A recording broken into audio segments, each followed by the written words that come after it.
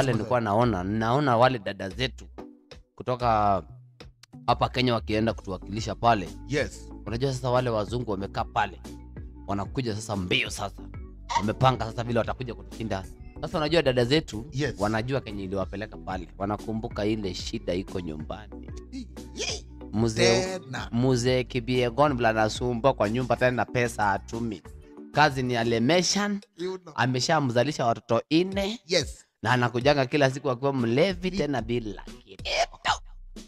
Msichana anaona pale ile medal iko pale ndio itanisaidia maisha yangu. Vile alikuwa anatoroka mzee. Unajua wala nadhani ni kukimbia. Kumbe ni kutoroka tabu. Wewe. Ile tabu tuko naye nyumbani tena mzee ume hii kitu for free kwa sababu amezoea kusumbua. Sasa round hii wacha nishite hii medal ndio mtajua ninaingia soko tena naingia upande ile shelf ile ya kulipia into premium. Mama alikuwa anazitoka pale. Yes. Sasa zile alifika pale finishing line. Nikaona ameinua mkono. Unajua akamaanisha nini? Unajua maana yake nini? Si umu tena for free. Nimepata freedom. Paka mlipie. Ai. Umesema pale tena. Wacha. Hii paka mlipie. So motivation pankana. Akasema hii shida. Kipyegon tena kupiga animation for free hakuna. Wacha.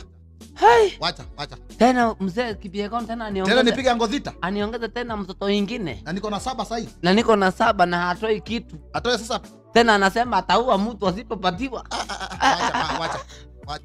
Wacha nitoke. Wacha nitoke. Naye mafans huko. Walikuwa nderemo na vifijo. Sisi tunafika tu makofi. Nilikuwa sehemu moja ya Kinyota. Ya Kinyota.